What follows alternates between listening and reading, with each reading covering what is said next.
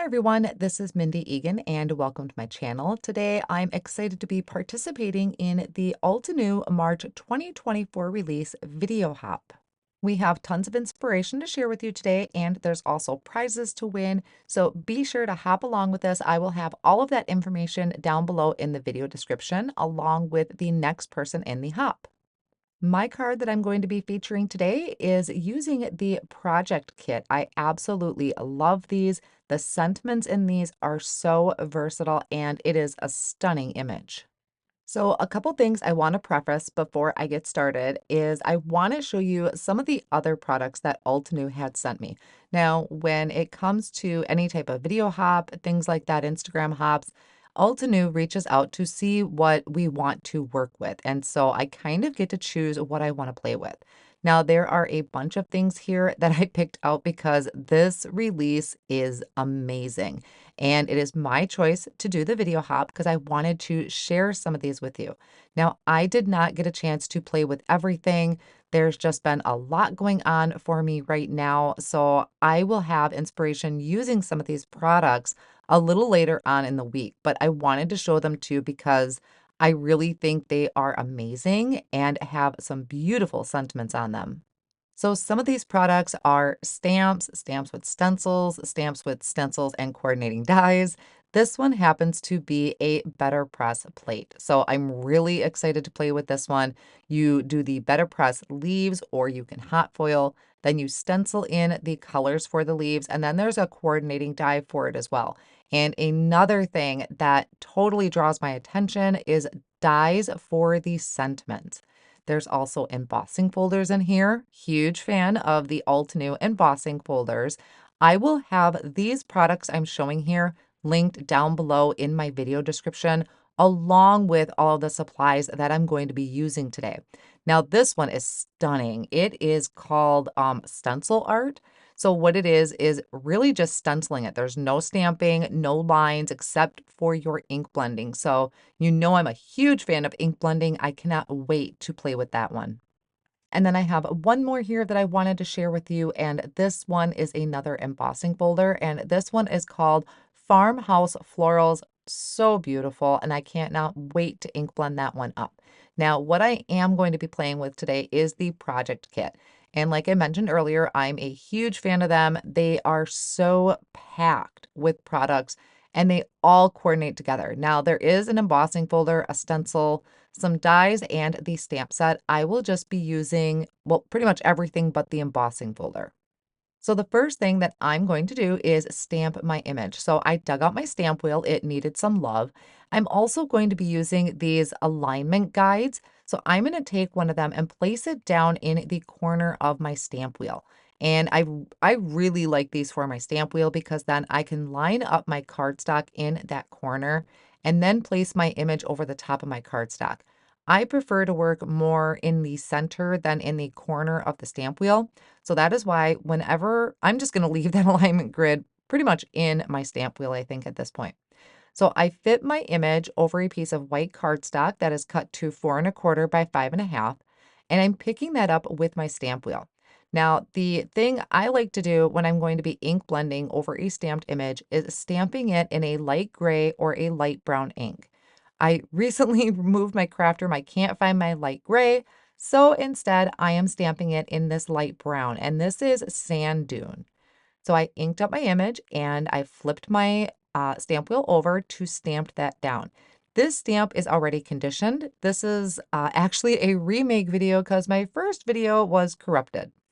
Another new product that I'm going to be using is the new 9x12 sticky grid mat. So if you like that sticky grid that is in the stamp wheel, you're going to love this. It is a bigger work surface. And mine, it's just been a mess of a night, I tell you. I placed my cover piece over the top of my sticky mat wrong, so the black lines transferred. I don't care. It's still usable. So I placed my cardstock down onto that sticky mat, and then I'm going to start lining up my stencils. Now, there are numbers and letters on here indicating what stencil matches up with what flower. I honestly did not use those. I just lined up each image with that coordinating opening, and then the sticky mat is going to hold my stencil in place. I'm going to be using these mini blending brushes from Altenew, and I started out with a very light pink. So this is frosty pink. I that struggle there, I thought it would be a really good idea to have my ink pad being held by the sticky mat. I don't recommend that. It took some force to get that baby off of my sticky mat, but it held it down really good when I was ink blending. I just had to leave that in the video because in case you ever were going to try it, you need to really put some muscle in it to remove the ink pad. Anyway, next on to my other color. So I am leaving this stencil in place. I have not moved it yet. I came in with Coral Berry, starting in the center and blending out towards the end a little bit. And then I also came in with a Ruby Red, and that Ruby Red really packed a punch. I came in a little too strong, so I kind of had to work it out a little bit and blend that through so I still have a light highlight area at the end of my petals. I picked up the stencil, repositioned it to the other petals, and I'm going to do the same thing. I'm coming in first with that light pink, so this is the frosty pink, starting in the center of each flower and blending out towards the end of the petal, so that's going to give me a highlight area. Then I'm going to come in with Coral Berry, and I'm going to start in the center once again, just going out a little bit, not all the way to the end. I'll do that for both of the flowers. And I do try and come in with that Ruby Red. I'm a little more prepared this time, so I'm coming in very light-handed. I'm also just going to pick up some of the excess ink that I tapped off onto the stencil. That way I'm not reloading my blending brush with such an excessive amount of ink. So I am going to speed up certain parts of the video here with the ink blending because I'm just going to be redoing all of that same process. I'm just repeating it. So here I shifted the stencil again to fill in the other petals of the flower, starting with that light pink, then coming in with Coral Berry. And this to me is a very relaxing process to just add multiple shades over one area, one open area of the stencil. Now that my flower is done, I'm going to add the centers. So I started out with a light yellow. This is a buttercream. And then for the kind of tops or the second part of the center of the flowers, I used caramel toffee or caramel toffee, depending on how you say it. Next, I'll move on to the leaves. So here, once again, I'm just finding where these fit. I'm really not paying attention to the letters and numbers on there, but you can look at them. They are very helpful if you need help lining up your areas. I started out with aloe vera, which is a light green ink, and then coming in with matcha tea to add a little bit of that dimension to the leaves. Now, the next stencil is going to color in more of the leaves.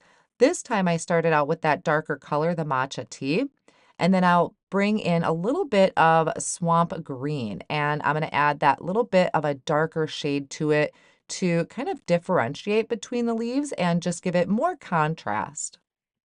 Now you could leave your image as is, just like this, but there is one more layer that's going to add a little bit more detail to your flower and to your leaves. Now for this one, I started out with, gosh, I can't remember if it was the ruby red or the coral berry, but I started out with the darker shade in the center. And then as I got out towards the edge of the petals, I came in more with the lighter colors, and I'm really just grazing over those areas. I am not putting a lot of pressure on my brushes, so you're just going to see a hint of those details, and I really love how that came out. Just sort of very, very light-handed going over those, especially since they are kind of some fine areas of the stencil. And I'm going to do the same thing with the leaves. I'm going to start out kind of with that darker shade and just kind of let that fade out because I don't want that darker shade to take over all the blending that I had just done.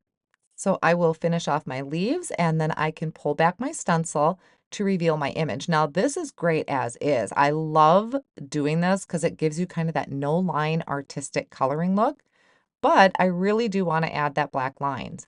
So I'm placing this back into my stamp wheel, tucking it right into the corner using that alignment guide.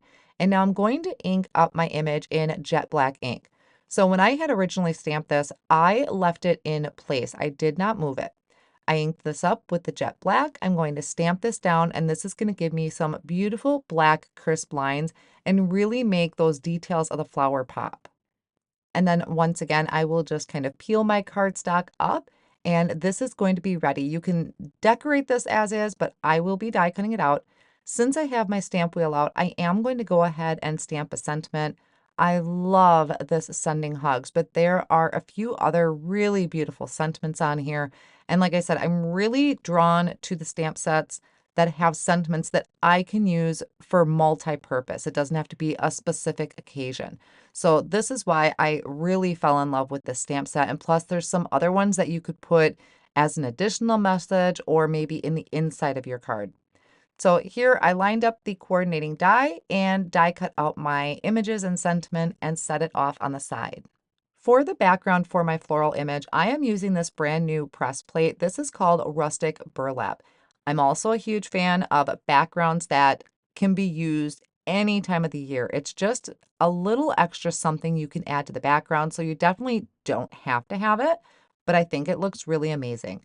So I am using a light pink cardstock, and I'm going to hold these down onto my plate just in the very tippy corners. I have my press plate on, I don't remember the terminology, but my platform.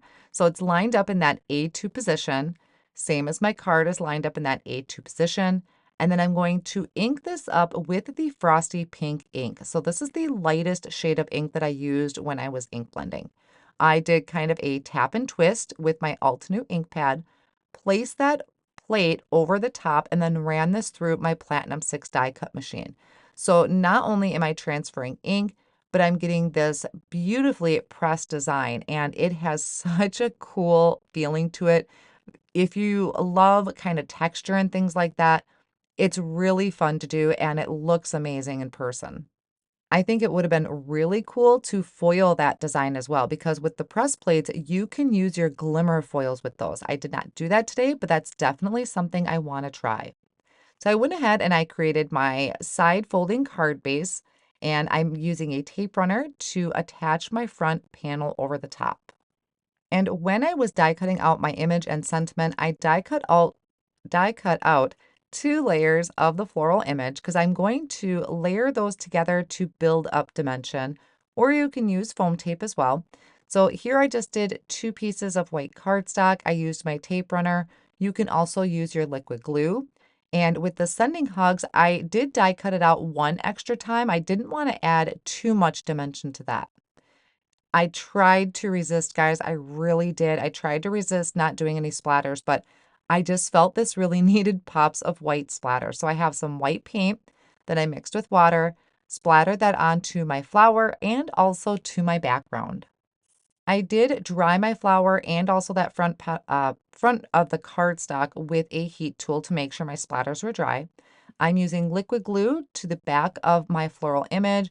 I kind of went a little crazy with the liquid glue, so I used my finger to spread that glue out a little bit, and then adding this to the front of my card panel. Now, I love the tone on tone we have here. We have that light pink background, kind of that little bit darker shade of pink for the press plate, and then my bright pink flower. So here I'm going ahead, I'm adding my sentiment over the top. I added a small foam square to the right-hand side, and then the rest is getting adhered down with liquid glue, so it's going to overlap the flower. And then I'm finishing it off by adhering some of these clear enamel dots over by my flower. So I have some up on top and some below my sentiment. And that is going to finish off my card project for today. I'm so glad you guys stopped by. Be sure to leave a comment down below. I love reading your guys' comments. Again, all of the supplies used will be listed down below in the video description and over on my blog as well, which I will have linked down below with additional pictures. Thank you all so much for joining me today, and I'll see you again real soon.